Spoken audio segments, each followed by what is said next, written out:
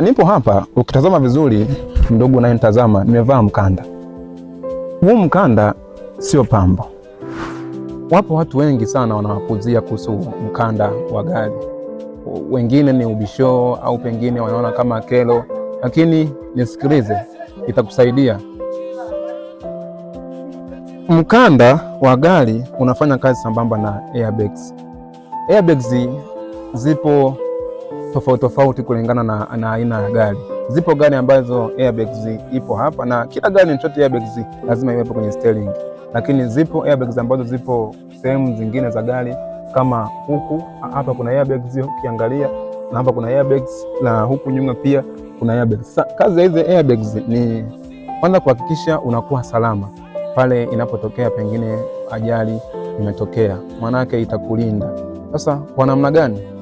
Kwamba darasani tulisoma kitu kimoja kinaitwa Newton First Law of Motion. Tulisema hivi, kitu kitaendelea kubaki kwenye hali yake ya utulivu au hali yake ya mwendo mpaka pale nguvu ya ziada itakapofanyika kwenye kitu hicho. Maanake ni kwamba kama mimi mwanzoni nilipokuwa naendesha, nilikuwa naenda, maanake mwili ulikuwa upo kwenye state of motion. Sasa ikitokea ghafla umepiga breki, maanake part of the body kutoka hapa kuja juu, maanake itabaki inaendelea kwenye hali yake ya kutembea.